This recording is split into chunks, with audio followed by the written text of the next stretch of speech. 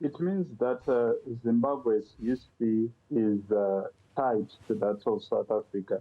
But it's also a reminder of the extent to which South Africa was also critical in the delivery of Zimbabwe's freedom, given that as early as 1968, 1967, 1968, when we had the Wanki and the Spolilo battles, we were actually assisted by the Umkhonto weSizwe military movement.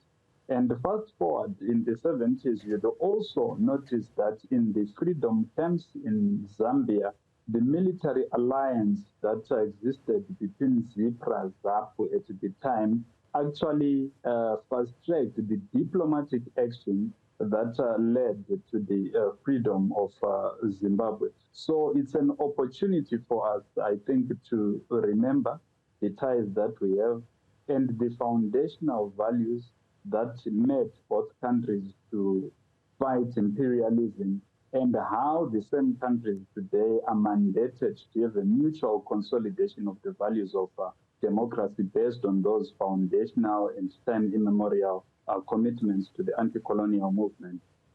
Now, Richard, this process that's occurring obviously will lead to reburial of the remains of these significant individuals, the liberation fighters.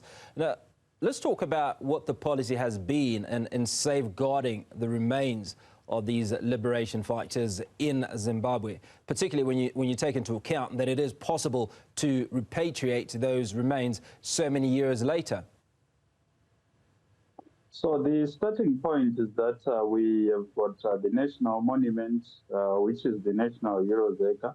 We also have the provincial monuments where contributors who are of a lesser national prominence are actually interred in our heroes' acres. But also beyond that perspective, you also have the remembering of liberation stalwarts through literature, through some autobiographies and through biographies. So there's been this framework, but also given the technological evolution in terms of memory, data storage, and all of that, there is perhaps need to think of how we can innovate and digitize memories of these luminaries. And I strongly feel it is a direction that is very crucial for all African countries to actually do that. But most importantly, you would recall that Zimbabwe has commissioned the establishment of the Museum of African Liberation, which is actually taking care of the memorabilia of all African heroes, not necessarily Zimbabwean liberation fighters. And for me, I think it's a progressive step that enables Zimbabwe to be this citadel of African renaissance.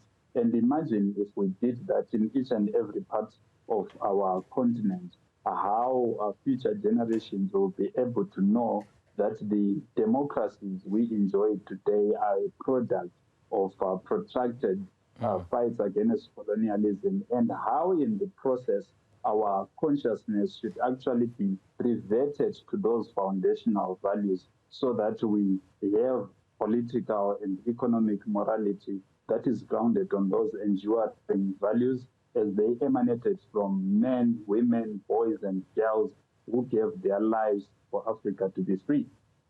Very, very important aspects to this conversation, Richard. Now, are there additional efforts underway to repatriate the remains of other freedom fighters, and what does this process entail? So I think what has happened, this gestures the extent to which there is bilateral commitment between South Africa and Zimbabwe, and perhaps Zambia and South Africa. And you'd also recall that we have been doing this since time immemorial. You remember even the remains of heroes like Herbert Chitepo, who was killed in Zambia, assassinated in Zambia, and all of that. So it's a continuous process. And the fact that we still have these ongoing processes, to me, it's symbolic of the extent to which the African liberation question is still an ongoing process. And we need not to look at this ongoing process in its limited extent, but we also need to look at the ideological consolidation of what makes us African countries. And you'd also recall that to that effect, there is the Mwalimu Nyerere School of Ideology that was actually established in 2022. So the fact that African leaders are finding this continued need for the revival of those multifaceted aspects of African agency, of African identity reclamation, it shows that the business of African liberation is still an ongoing process, and we need to invest more in that respect, given also the digital proficiency that we are undergoing as African countries as well. I think it's very critical to also factor in that digital component for the positive memory building of the African liberation. And that's where we'll leave that conversation with the Zimbabwe government spokesperson, Richard Mahomva, as 42 liberation fighters whose remains were repatriated earlier this week from Zambia and Zimbabwe.